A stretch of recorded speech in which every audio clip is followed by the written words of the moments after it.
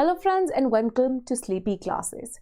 अब आज का जो ये वीडियो है is dedicated to understanding this very very important dilemma जो कि इंडियन पॉलिटी एंड सोसाइटी के अंदर एग्जिस्ट करता है। We as a constitution, we as a democracy have always highlighted the importance of freedom of speech and expression. But at the same time, given the diversity in India, given the kind of conflicts that have emerged in India, hate speech का मुद्दा एक बहुत ही important social and political problem की तरह emerge हो गया है. अब इन दोनों चीज़ों को हम किस तरह से बैलेंस करें, किस तरह से इंश्योर करें कि कहीं freedom of speech and expression censorship के जो वेट तले दब ना जाएं, वहीं at the same time also ensuring कि हेट स्पीच की ये जो वाइल बहुत एक ईवल घटनाएं हैं वो दोबारा ना हो. राइट, तो ये जो मुद्दा है वेरी इंपॉर्टेंटली हमारा जो Indian government and politics section B of paper 1 CSIR के लिए बहुत ही ज़्यादा इंपॉर्टेंट है. राइट, वहीं on the other hand GS2 के अंदर भी जो पॉलिटी का सेक्शन है, particularly when we look at and analyse issues in fundamental rights, उसके लिए भी ये टॉपिक बहुत ही ज़्यादा ज़रूरी है. तो इसको हम अप्रोच कैसे करेंगे? सबसे पहले to obviously understand that what is hate speech, है ना. Are there any laws in India which deal with this issue? Then very importantly, we'll look at certain scholarly arguments and views of public intellectuals कि आखिरकार hate speech होती क्या है, कौन से components होते हैं hate speech के, कब एक speech जो है hate speech मानी जा सकती है. Very importantly हम एक और चीज़ देखेंगे कि international law के अंदर क्या क्या मान्यता रखी गई है, क्या क्या understanding है hate speech की. And then obviously we will be looking at the way forward through various suggestions and recommendations जो कि इसके regarding आगे रखा गया है. Right? Now before we move ahead with the lecture, just to let you know कि हमारा political science and international relations का पूरा course for 2023 has been launched. आपके पास दो options है, either you can join our content only course. हमारा content only course is priced eight ₹15,000 जिसके अंदर आपको मिलेंगे ओवर 430 के अराउंड हमारे लेक्चर वीडियोस हैं जो कि हर एस्पेक्ट ऑफ द सिलेबस को पूरा करते हैं विद अटैच्ड PDFs जो कि नोट्स फ्रॉम वेरियस सोर्सेज को कंटेन करते हैं. देन 24 टॉपिक वाइज टेस्ट जिनके साथ आपको model answers and video solutions भी मिलेंगी. लेकिन अगर आप सिर्फ कंटेंट कोर्स में है तो आपको इवैल्यूएशन जो है नहीं प्रोवाइड होगी, ये मेंटरशिप कोर्स के अंदर है. देन मंथली करंट अफेयर्स की अपडेशंस वाया लेक्चर्स, तो हर महीने जो है लेक्चर आएंगे, प्लस एडिटोरियल्स की समरीज की कंपाइलेशंस भी, साथ ही में 4 half length and 2 full length test भी इसमें प्रोवाइड किए जाएंगे. जो 21,000 रुपीज का हमारा मेंटरशिप कोर्स है उसके अंदर पहले तो आपको इवैल्यूएशन प्रोवाइड की जाएगी for all your test, topic wise test हो, हाफ लेंथ टेस्ट हो या फुल लेंथ टेस्ट हो, जिनको आप कभी भी लिख सकते हैं and they will be evaluated. साथ ही साथ में आपको 1-on-1 मेंटरशिप भी दी जाएगी जहां पे आप एकेडमिक मेंटर्स को कॉल कर सकते हैं. साथ ही में दोनों ही ग्रुप्स के लिए एक प्राइवेट टेलीग्राम ग्रुप मिलेगा. सो चाहे आप कंटेंट ओनली बैच में हो या आप मेंटरशिप में हो, आपके लिए एक प्राइवेट टेलीग्राम ग्रुप बनाया जाएगा जहां पे आप अपने डाउट्स, मुद्दे, कोई भी इशू है उसको आप पूछ सकते हैं and the faculty and the mentors will and up resolving those for you. Right, I will be teaching you PSIR and hopefully we'll be doing a great job in helping you secure great marks in your optional. ठीक है, तो चलिए आगे बढ़ते हैं. अब hate speech के बारे में अगर हम बात करें, one of the first things that we need to look at is आखिरकार हेट स्पीच. राइट, जब हम हेट स्पीच की बात करते हैं तो क्या है हेट स्पीच, क्या है इसकी डेफिनेशन, है ना. कहीं पे लिखित में होना चाहिए क्योंकि आखिरकार लॉज जो है, लॉज किस तरह से काम करते हैं इंडिया के अंदर या कहीं पे भी, लॉ सिग्निफाई कर देते हैं कि अगर आपने ऐसा ऐसा कुछ किया तो इसके फॉलोइंग कॉन्सिक्वेंसेस हो सकते हैं. Right, so if you talk about से something like murder, murder is defined by law. If you talk about rape, rape is defined by law. If you talk about sexual harassment, it is defined by law. तो क्या hate speech की भी ऐसी कोई legal definition India के अंदर exist करती है? The answer is a big no. There is no definite definition, right? एक precise exact definition नहीं दी गई है कि आखिरकार ये hate speech है, ये इसके features हैं, ये इसके components हैं. So anyone who indulges in any of these issues, उसको हम hate speech मानेंगे and उसके ये consequences होंगे. Right? While there is no precise definition, there are laws जो कि hate speech के साथ डील करते हैं. तो ये नहीं exactly बताया गया कि कौन सा action hate speech माना जाएगा, but ये जरूर बताया गया है कि hate speech बोलने के consequences क्या हो सकते हैं, जिसके कारण एक ambiguity जो है वो जाग जाती है. क्यों? क्योंकि अब आपने punishment तो बता दी, बट कौन से actions will deserve punishment exactly, है ना, कि कब आप बोलेंगे कि से अगर किसी ने कोई ऐसी एक स्पीच दी जो कि अपेरेंटली इंडिया की यूनिटी एंड सॉलिडारिटी के अगेंस्ट है, राइट, स्टूडेंट लीडर्स ने ऐसी कोई स्पीच दे दी, तो वो हम मान सकते हैं कि हेट स्पीच थी. पर on the other hand if we have say certain people जो कि एक कम्युनिटी के अगेंस्ट दूसरी कम्युनिटी को रेज करने की कोशिश कर रहे हैं, वायलेंस इंसाइट करने की कोशिश कर रहे हैं, उस पर अभी भी क्वेश्चन मार्क है क्या वो हेट स्पीच थी या वो नहीं थी. तो ये क्यों एम्बिग्विटी एग्जिस्ट करती है? क्योंकि कोई एक प्रिसाइज डेफिनेशन नहीं है. तो चलिए ऐसे कौन से लॉज हैं जो कि कुछ कॉन्सिक्वेंसेस, पनिशमेंट्स की बात करते हैं when it comes to hate speech. सबसे पहले तो हमारी जो लॉ कमीशन है, लॉ कमीशन अब क्या है, law commission time and again हमको सजेशंस, कुछ रिकमेंडेशंस देती है कि हमारे लॉ के अंदर कौन कौन से अभी भी लूप होल्स एग्जिस्ट करते हैं एंड उनको हम भर सकते हैं, उनकी जो अंदर हम कुछ करेक्शन, इंप्रूवमेंट ला सकते हैं. तो लॉ कमीशन ऑफ इंडिया की जो 267th रिपोर्ट थी, वेरी इंपॉर्टेंटली, इसमें उन्होंने हेट स्पीच को डिफाइन करने की कोशिश की. ठीक है, उन्होंने कुछ इसके जो फीचर्स है उनको अंडरलाइन करने की कोशिश की. राइट, कौन से फीचर्स अब उन्होंने बताया? उन्होंने बोला हेट स्पीच जनरली क्या होती है, ये इंसाइट करने की कोशिश करती है हेट्रेड को primarily against a group of persons जिनको डिफाइन किया जाता है via race, ethnicity, gender, sexual orientation, religious belief and the like. मतलब on the basis of a specific identity of a person, and this identity is usually ascriptive identity. मतलब an identity that is usually connected to our blood, something that we can't really change, something which hasn't been achieved but has been passed down, right? So something like when we talk about race, when we talk about religion, when we talk about gender, right? Or even new forms of identity जो कि are not really a matter of choice but just a matter of our being, right? So for example, sexual orientation, ये नहीं होता that one day someone just decides to be an LGBTQIA plus person, but क्या है कि अब a person is born a certain way and that is why they have a certain sexual orientation. तो अगर आप उस आइडेंटिटी की basis पे उनके अगेंस्ट हेट्रेड इंसाइट करने की कोशिश करते हैं, नफरत इंसाइट करने की कोशिश करते हैं, वो हेट स्पीच मानी जानी चाहिए. Therefore, hate speech जो है किसी भी तरह की, किसी भी प्रकार की हो सकती है. This may be written word, मतलब आप pamphlets लिख के, कोई advertisement लिख के, right? इन चीज़ों को लिख के जो है आप इधर उधर बांट रहे हैं, लाइक लोगों में पहुंचा रहे हैं. ये बोली जा सकती है, आप स्पीच दे रहे हैं. विजिबल रिप्रेजेंटेशंस के थ्रू हो सकती है वाया हियरिंग और site of a person, right. So for example कोई एक कार्टून जो कि बहुत ही ज़्यादा ऑफेंसिव है, राइट. इस तरह की चीज़ें चाहे वो लिखित में हो, बोली जा रही हो, बनाई जा रही हो या सुनी जा रही हो, जो कि ट्राई करती हैं कि वो स्पेसिफिक आइडेंटिटी की लोगों के अंदर एक डर की भावना, they are full of fear, they are full of alarm and there is incitement to violence, कि वैसे उस आइडेंटिटी के लोगों के अगेंस्ट वायलेंस कॉज करने की जो है कोशिश की जा रही है via a particular form of speech. ठीक है, तो इसको हम क्या बोलेंगे? लॉ कमीशन रिपोर्ट कहती है कि इन तरह की चीजों को हम हेट स्पीच बोलेंगे. तो एक जो बहुत बड़ा एक लकूना है of us not having a precise definition, law commission की जो 267th रिपोर्ट है ये उसको फुलफिल करने की कोशिश करती है. उन्होंने रेकमेंड किया था कि आप इस तरह की डेफिनेशन जो है अपना सकते हैं.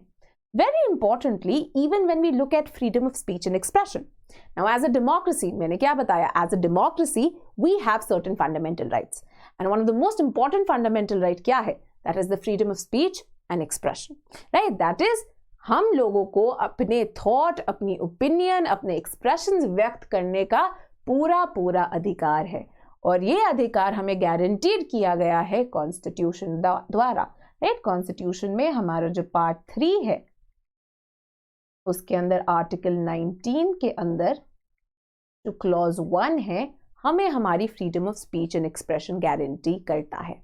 However even this freedom of speech and expression is not an wholesale freedom, right? तो ये नहीं है मेरे मन में जो आए मैं बोल दूं, किसी के अगेंस्ट नफरत प्रकट करूं, किसी के अगेंस्ट लोगों को बोलो इनको जाके मारते हैं, ठीक है?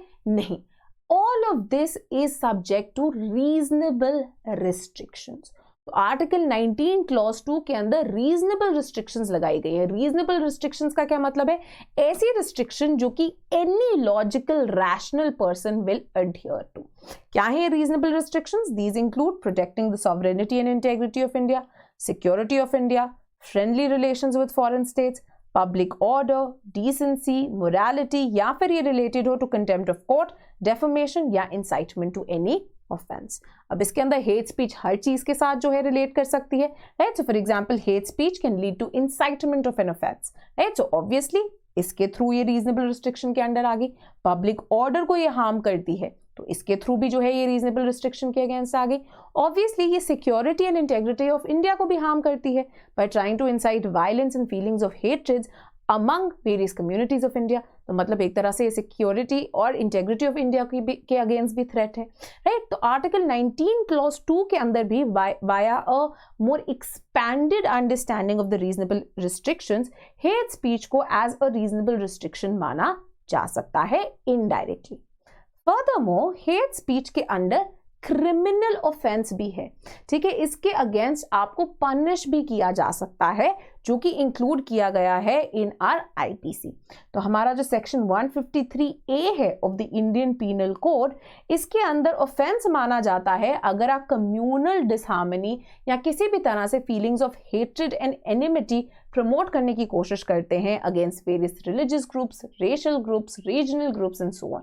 सिमिलरली आईपीसी के अंदर एक सेक्शन 505 भी है जो कि कहता है किसी भी तरह की क्रिमिनल स्पीच जो कि मिस्चीवियस हरकतें इंसाइट करने की कोशिश करती है, वायलेंस इंसाइट करने की कोशिश करती है, ये सारी की सारी गलत है, ये सारी की सारी ऑफेंसेस हैं. इसके अलावा very importantly what about a public representatives?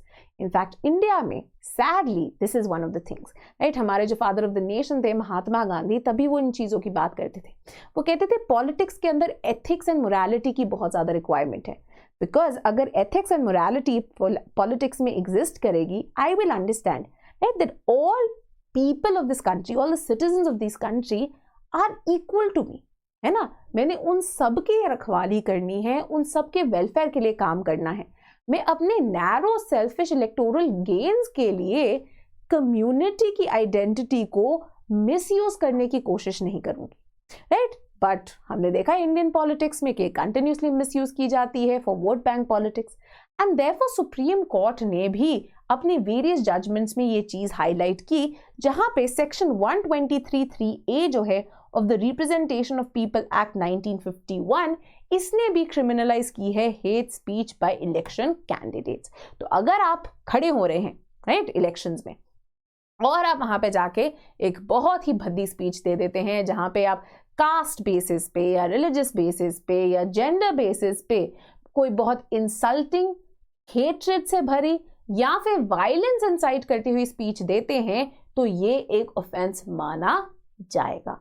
ठीक है? तो हम देखते हैं that even while a definite definition might not exist, there are certain laws which deal with the problem of hate speech and how to punish people for indulging in the same. Now we come to the fact कि international law में hate speech के साथ कैसे deal किया जाता है. Now when it comes to international speech, again world over international law के अंदर कोई एक डेफिनेशन नहीं है. तो ऐसा नहीं है कि भैया यूएन के अंदर, बाकी बॉडीज के अंदर, ह्यूमन राइट्स के अंदर हर जगह जो है एक same definition of hate speech चल रही है. नहीं, ऐसा नहीं हो पाया है. However United Nations has tried to come up with a more holistic definition of hate speech. अब क्या है यूएन की डेफिनेशन? ये कहते हैं हेट स्पीच कोई भी ऐसा टाइप का कम्युनिकेशन है, चाहे ये स्पीच में हो, राइटिंग में हो, बिहेवियर में हो, जो कि अटैक करता है या फिर किसी भी तरह से लोअर करने की कोशिश करता है या डिस्क्रिमिनेट करने की कोशिश करता है a certain kind of people, a certain group of people based on their identity factor, which may be religion, ethnicity, nationality, descent, color, gender, religion, caste, कुछ भी हो सकता है, राइट। तो इसी के चलते हुए UN has tried to come up with certain laws जहां पे ट्राई करते हैं कि while maintaining freedom of speech and expression हम hate speech को कर्ब कर सके। अब ये जो मैंने डायग्राम बनाया है, ये डायग्राम यहाँ पे बहुत ज्यादा इंपॉर्टेंट है, तो ये डायग्राम को फटाफट देखते हैं। फॉर एग्जाम्पल आर्टिकल 19 जो है, right, article 19 very importantly of the which is our international covenant on civil and political rights, इसके अंदर अब ये कहा जाता है कि कोई भी ऐसी स्पीच जो कि कंसर्न्स रेज करती है इन टर्म्स ऑफ इनटॉलरेंस वो लॉफुल मानी जाएगी और इसको प्रोटेक्ट करना चाहिए। इसका मतलब क्या है? सपोज कीजिए किसी ने कोई हेट स्पीच दी जहां पे उन्होंने बोला कि एक सर्टेन कम्युनिटी के लोगों को मार दीजिए या ये कर दीजिए, and someone else from that community ends up responding to it and says कि ये जो बोला गया है ये गलत है, something needs to be done, हमारी गवर्नमेंट के अगेंस्ट वो क्रिटिकल हो जाए। तो इस तरह की स्पीच जो कि ऑलरेडी एग्जिस्टिंग इनटॉलरेंस की निंदा कर रही है, ये लॉफुल है और इसको प्रोटेक्ट करता है जो ICCPR का आर्टिकल 19 है। Now moving to article 19 clause 3 of ICCPR, ये कहता है हेट स्पीच जो रिस्ट्रिक्ट करनी चाहिए टू प्रोटेक्ट द राइट्स और reputations of others for national security and public order और public health and morals, right. तो इसको रिस्ट्रिक्ट करना चाहिए कि अगर ये किसी भी तरह से पब्लिक ऑर्डर को, सिक्योरिटी ऑफ द कंट्री को हैम्पर करती है तो इसे हमें रिस्ट्रिक्ट करना चाहिए। अनदर रिस्ट्रिक्शन कम्स जब कोई किसी भी तरह की डिस्क्रिमिनेटरी हेट्रेड को इनकरेज कर रहा हो अगेंस्ट वेरियस कम्युनिटीज, या फिर टॉप लेवल सबसे जो घिनौनी हेट स्पीच होती है जब जीनोसाइड को ये प्रमोट कर रहे हो, राइट। तो फॉर एग्जाम्पल नाजीज ने जिस तरह से जूस के अगेंस्ट ड्यूरिंग द होलोकॉस्ट किया था in Germany and yes rest of the Europe, right. तो इनफैक्ट जब हम इस टॉप नॉच जीनोसाइड की बात करते हैं तो इसके लिए स्पेसिफिकली हमने genocide convention and Rome statute भी जो है वो लाया गया है to curb the incidents of such nature from occurring again in the world. Now various scholarly arguments क्या हैं when it comes to hate speech. Now one of the very important scholars जो कि बात करते हैं hate speech की particularly in the context of liberalism. अब liberalism क्या बोलता है? Let there be a diversity of opinions, let there be debate, let there be discussion, है ना। तो फिर क्या हमें hate speech भी अलाउ कर देनी चाहिए?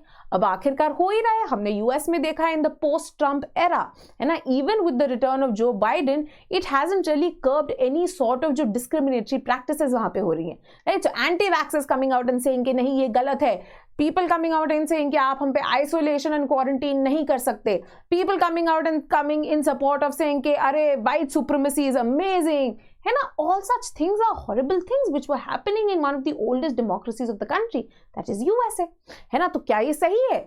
USA में freedom of speech and expression is something which is very very valued, तो क्या इस तरह की चीजें भी अलाउ होनी चाहिए?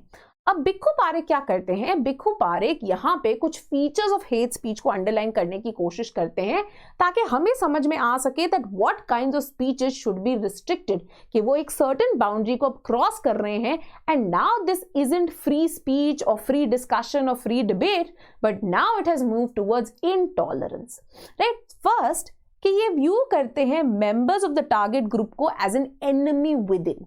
अब आप कंपेयर कर सकते हैं इसको with Germany during the Nazi era. ये क्या बोलते थे कि जूस के कारण जो है हम फर्स्ट वर्ल्ड वॉर हार गए, that these were the people जो हमारी कंट्री को अंदर से ही खा गए थे और जर्मनी को वीक कर दिया था। तो मतलब एक जो मेंबर है बेस्ड ऑन सर्टेन आइडेंटिटी, उसको विद इन अ कंट्री, वो आपके ही सिटीजन्स है, आपकी ही कंट्री को बिलोंग करते हैं, बट उनको क्या बोल दिया गया है that rather than enemies from outside these people are enemies within a boundary line, ठीक है। तो इस बेसिस पे एक ग्रुप को टारगेट किया जाता है। देन हेट स्पीच ऐसे भी होती है जो कि रिफ्यूज करती है to accept this particular group as being equal members of the society, as equal legitimate citizens, है ना। अब हम क्या सुनते हैं इंडिया में? पाकिस्तान चले जाओ, अगर तुमने इंडिया को क्रिटिसाइज किया या कुछ भी ऐसे किया, पाकिस्तान चले जाओ, right. It ends up lowering the social standing that you aren't equal to me, even though our constitution declares each and every citizen to be an equal citizen, so you can't have मैं first class citizen हूं तुम second class citizen हो, नहीं। इस तरह की चीजें नहीं हो सकती, and these are all the things that the hate speech restricts. साथ ही में हेट स्पीच क्या करता है, ये क्रिएट कर देता है feelings of mistrust, feelings of hostility, जहां पे जो नॉर्मल रिलेशंस होते हैं, जो एक सोशल कैपिटल होता है, जहां पे सोसाइटी में एक कम्युनिटी के लोग दूसरे कम्युनिटी के साथ रहते हैं, एक शेयर्ड लाइफ, एक कलेक्टिव एक्सपीरियंस को शेयर करते हैं, ये उन सबको हिंडर कर देता है। तभी आपने सुना होगा अ टर्म लाइक गेटोइजेशन, जहां पे क्या होता है, cities are divided into ghettos. जैसे आप लगा लो यूएसए में भी, अगर हम न्यूयॉर्क की भी बात करें, वहां पे भी हम कहते हैं गेटोज है।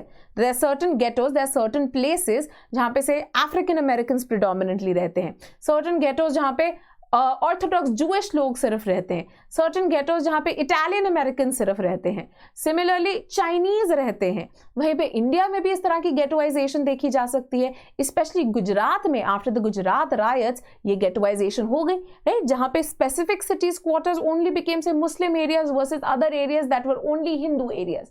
तो इस तरह की गेटोइजेशन क्या होती है, मिसट्रस्ट होता है, क्योंकि आपस में बातचीत ही नहीं हो रही है। इनफैक्ट आशुतोष वाश ने एक बहुत बढ़िया किताब लिखी थी एथनिक वायलेंस पे, और उन्होंने यही बोला था कि जिन जिन सोसाइटीज एंड सिटीज के अंदर इस तरह की बातचीत, बोलचाल, शेयर्ड लाइफ एक्सपीरियंस खत्म हो जाता है, वो cities will be more prone to violence, more prone to riots, more prone to ethnic violence also. ठीक है, तो हेट स्पीच इतने लेवल्स पे जो है नुकसान पहुंचा रही है हमारी सोसाइटी को। Now very importantly one of the most एक तरह से बहुत ही strongest supporter of freedom of speech and expression was J S. Mill. तो जे.एस. मिल क्या बोलेंगे, जे.एस. मिल ने तो बोला था कि अरे भैया फ्रीडम ऑफ स्पीच तो हर चीज पे सही है, राइट। उन्होंने बोला था अगर कोई बंदा सही बोल रहा है तो भी बढ़िया है, अगर वो गलत भी बोल रहा है तो भी बोलने दो। क्यों? क्योंकि at least it gives you a chance to reinforce what is right. तो क्या J S. Mill would have also allowed for hate speech? So there are various theories. अब कैम्ब्रिज की एक स्कॉलर है एम बेल, ये कहती हैं कि नहीं, जे.एस. मिल ने अपनी freedom of speech and expression के साथ साथ एक बहुत ही इंपॉर्टेंट प्रिंसिपल आगे रखा था, which was harm principal. Harm principal को के बेसिस पे हम हेट स्पीच को निगेट कर सकते हैं। Why?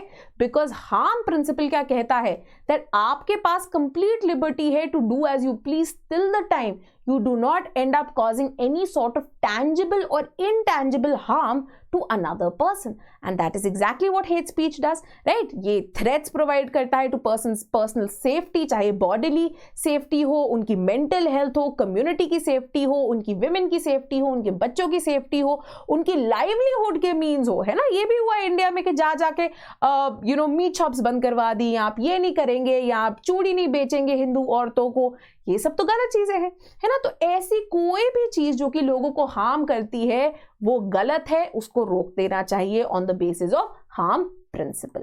Another very important scholar that is Karl Popper, इन्होंने भी अपनी इनकी जो किताब थी the open society and its enemies, यहां पे इन्होंने एक बहुत बढ़िया कॉन्सेप्ट जो है आगे रखा था, that was paradox of tolerance, है ना। This is something that the liberal countries deal with, कि हम तो बहुत टॉलरेंट कंट्रीज हैं, और टॉलरेंट कंट्रीज के अंदर भी यही होता है। ट्विटर के अंदर हम देखते हैं कि अरे तुम लोग तो लिबरल जो लोग हो, तुम लोग हमारी बात नहीं सुन रहे हो, राइट विंग की बात नहीं सुन रहे हो, तो तुम भी इनटॉलरेंट हो। अब यहां पे कार्ल पॉपर का क्या कहना था, he said that there are limits to tolerance. अगर आप लोगों के इनटॉलरेंट व्यूज एक्सेप्ट करते रहेंगे तो eventually the society will succumb to the forces of intolerance की जो irrational arguments है वो मेन सिविल डिस्कोर्स जो है उसका हिस्सा बन जाएगी, एंड लोगों की रैशनैलिटी खत्म हो जाएगी to differentiate between what is right and what is wrong. So Karl Popper का क्या मानना था, पैराडॉक्स का क्या मतलब होता है? पैराडॉक्स होता है कि एक आयरॉनिकल चीज, समथिंग जिस चीज के अगेंस्ट हम फाइट कर रहे हैं, कई बार हमें वही चीज करनी पड़ती है ना। तो इसीलिए उन्होंने बोला that while we can be very very tolerant, there are certain limits to our tolerance. हम इनटॉलरेंट, जो बहुत एब्जेक्ट इनटॉलरेंट बिहेवियर है, उसको टॉलरेट नहीं कर सकते। क्यों? क्योंकि ये सोसाइटी का नाश कर देगा, राइट। आखिरकार that is exactly what happened. Did Holocaust happen in 1 year? No, it was years and years of hate speeches, of this discourse, of intolerant things being said, which eventually led to something like, जिसको Hannah Arendt ने भी बोला था, banality of evil, कि हमें उसमें कुछ खराब ही नहीं लगा, हमें पता ही नहीं लगा, क्योंकि हम इतना ज्यादा ब्रेन वॉश हो गए थे इन सब चीजों से, इतनी ज्यादा जो है हमें नॉर्मलाइज लगने लगी थी कि अरे ये तो ऊपर के लोग बोल रहे हैं, टॉप पॉलिटिशियंस बोल रहे हैं, लॉ बोल रहे हैं, तो शायद ये सही होगा। हम राइट एंड रॉन्ग के अंदर डिफरेंशिएट करना भूल जाते हैं, कई बार हम अननोइंगली इतनी ज्यादा इविल एक्ट्स कर जाते हैं, राइट। यहीं पे यही आर्ग्यूमेंट को जॉन रॉल्स भी सपोर्ट करते हैं in his theory of justice, जहां पे वो कहते हैं कि कंप्लीट टॉलरेंस नहीं हो सकती। Why? Because complete tolerance of even such hateful things can lead to the destruction of society. तो सोसाइटी अपने प्रेजर्वेशन के लिए, अपने डिफेंस के लिए इनटॉलरेंट आइडियोलॉजीज, एक्शंस, स्पीच को लिमिट करने का सोसाइटी के पास पूरा पूरा अधिकार है। अब क्या इश्यूज हैं with tackling hate speech in India? Gautam Bhatia ने एक बहुत ही बढ़िया आर्टिकल लिखा था एंड वो 3 मेन इश्यूज पॉइंट करते हैं। सबसे पहले तो बहुत ही ऑब्वियस इशू है कि इंडिया के अंदर लॉज ही अनइक्विप्ड हैं to deal with hate speech. ना गौतम भाटिया सेज कि चाहे आप 259A of IPC 295A of IPC को देख लें, जो कि ब्लास्फेमी की बात करते हैं, ऐसी चीजें बोलना जो कि किसी एक रिलीजन की बहुत बेइज्जती या इंसल्ट कर रहे हैं, तो वो ब्लास्फेमी होता है। या फिर सेक्शन 153A को देख लें, जो कि बात करता है स्पीच जो कि एनिमिटी रेज कर रही है अमंगस्ट कम्युनिटीज, राइट। वो कहते हैं this is not adequate to deal with hate speech. Sometimes hate speech without being blasphemous or even directly trying to promote enmity कई बार अदरिंग का काम करती है। तो छोटी छोटी चीजें बोलना, डिस्क्रिमिनेशन करना of people on the basis of identity, even saying things like के सर्टेन कास्ट के लोग या सर्टेन कम्युनिटी के लोग should not be doing certain jobs, right? This might not be directly blasphemous or might not even be causing strictly violence or enmity, but ये discrimination को तो promote कर रहे हैं। तो ये कहते हैं कि इन सब चीजों के साथ डील करने के लिए हमारे पास नहीं है laws. Then very importantly the second problem वो जो रेज करते हैं, वो बोलते हैं plausible deniability, right, the idea of ambiguity. So for example अगर हम हरिद्वार वाला केस ही ले दिसंबर 2021 का, वहां पे लोग क्या बोलेंगे? वो बोल रहे हैं कि अरे हम थोड़ा बोल रहे हैं कि हम जाके पहले ही मारेंगे, हम तो बोल रहे हैं कि अगर हिंदूज पे हमला किया तो हम ये बोलेंगे। तो हम तो we are giving a call for self defence. तो हम फर्स्ट इंस्टेंस में वायलेंस नहीं प्रमोट कर रहे हैं, हम रिएक्शन की बात कर रहे हैं rather than first instance of action. This is also problematic. The third issue, very importantly, जो कि इंडिया के अंदर एग्जिस्ट करता है, says Gautam Bhatia, is there is no moral consensus in the entire society regarding hate speech being bad. बहुत ही ज्यादा subjectivity है, with certain people saying से जब उनकी आइडियोलॉजी को कोई चीज सूट करती है, वो बोलेंगे अरे नहीं नहीं ये हेट स्पीच थोड़ा थी, ये तो बंदे का मतलब वो था, राइट। तो वो बोलते सब्जेक्टिविटी नहीं इतनी आ सकती। अब Europe learn from its past experience. आज की डे एंड एज में there is a moral consensus in the European societies that certain things are just bad, certain things will be counted as being discriminatory, as being hateful, और हम इनको tolerate नहीं करेंगे in the name of subjectivity और in the name of being very tolerant और open. अब Europe तो कितनी ओपन एंड टॉलरेंट सोसाइटी है, जब उन्होंने एक मॉरल कंसेंसस बना लिया है, तो इंडिया के अंदर भी ये मॉरल कंसेंसस बनने के लिए बहुत बहुत जरूरत है, हमें इस पे काम करने की जरूरत है, जो कि अभी तक एग्जिस्ट नहीं करता है। Now what will be the way forward? आगे चल के हम क्या क्या काम कर सकते हैं? लॉ कमीशन सबसे पहले प्रपोज करती है कि आप स्पेसिफिक और लॉज बनाइए जो कि डील करे with hate speech with in IPC. अभी के लॉज जो हैं एडिक्वेट नहीं है। यही सिमिलर चीज और भी कमिटीज ने बोली है, including the MP Bezbaruah committee as well as the TK Viswanathan committee. इसी के साथ साथ कलीश्वर राज जी एंड तुलसी के राज कहते हैं कि साथ ही में कोई लॉज नहीं on hate speech in India, therefore India को क्या चाहिए? एक पॉलिटिकल एंड पेडागॉजिकल सॉल्यूशन चाहिए। मतलब पॉलिटिकल, एक लॉ बैक्ड हो, पॉलिटिकल क्लास, पॉलिटिकल सोसाइटी के अंदर जो है कंसेंसस बन सके, एंड साथ ही में ये इंश्योर हो सके कि हर लॉ के थ्रू जो आइडियाज, जो goal of equality, liberty and fraternity है, वो कंटिन्यूसली पुश किया जा सके, उसकी अवेयरनेस बनाई जा सके, राइट। सो हमें सिर्फ लीगल चीजों पे काम नहीं करना है, बट पॉलिटिकल लेवल पे, मासेस के लेवल पे, एजुकेशन लेवल पे हमें इन चीजों को प्रमोट करने की जरूरत है, that intolerance is something which can not be and shall not be tolerated. साथ ही में जो 189th रिपोर्ट थी of the parliamentary standing committee on home affairs 2015 में इन्होंने भी एक बहुत ही इंपॉर्टेंट चीज रेकमेंड की, that now with the explosion of social media, जहां पे हेटफुल मैसेजेस, वीडियोस सर्कुलेट की जा सकती है ऑन ऑनलाइन प्लेटफॉर्म, चाहे वो व्हाट्सएप हो, फेसबुक हो, इंस्टाग्राम हो, राइट, इन सब को कर्ब करने की जरूरत है। And therefore specific laws, specific clauses dealing with such hate speech on online medium need to be incorporated within the information technology act. तो आप अमेंड कीजिए और उसको, और इन सब इश्यूज के साथ डील करने के लिए स्पेसिफिक प्रोविजंस जो हैं ऐड करें। अब इसी के चलते हुए हमारे सुप्रीम कोर्ट ने भी जो है एक 3-fold टेस्ट दिया था। अब हमेशा ये बात आ जाती थी कि हम पनिश किसको करें। अब इसी इश्यू के साथ डील करने के लिए सुप्रीम कोर्ट ने in the Pravasi Bhalai Sangathan versus Union of India 3 test lay down किए, जिनके थ्रू हम डिटर्मिन कर सकते हैं whether a certain speech is a hate speech और नॉट। सबसे पहले कोर्ट ने क्या बोला कि हेट स्पीच की प्रोहिबिशन जो है ऑब्जेक्टिवली होगी। इसका क्या मतलब है? objective idea, objective understanding of hate speech, that if I am a rational logical person who's not driven by identity ideas, मैं इस चीज को offensive मानूंगी। So it can't be subjective wherein I can say अरे उसके context को समझो ना, अरे नहीं but उसका ये मतलब नहीं था, oh no you're misreading what he was trying to say or do, right? तो इस तरह का नहीं होना चाहिए, बल्कि एक ऑब्जेक्टिव अग्रीमेंट होना चाहिए that any rational person would agree to कि ये चीज जो है गलत है, and in any circumstances, regardless of whether that person belongs to my religion, my caste, my gender, my society, my economic class, this is something which is not acceptable. Secondly, वो कहते हैं कि जो legislative term है hatred या hatred or contempt, इसको आप understand कीजिए दैट ये एक्सट्रीमिटीज को के साथ डील कर रहा है।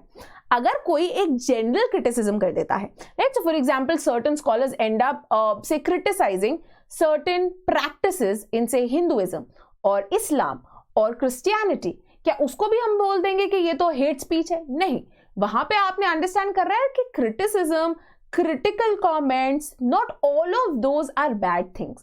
ओनली सच थिंग्स जो कि एक्सट्रीम में जा रही हैं, जो कि विलिफिकेशन, मतलब एक किसी कम्युनिटी को विलन्स पेश करने की कोशिश कर रहे हैं या उनके अगेंस्ट ये कोशिश कर रहे हैं कि बाकी communities end up detesting them, hating them, सिर्फ वो जो है काउंट किया जाए एज हेट स्पीच।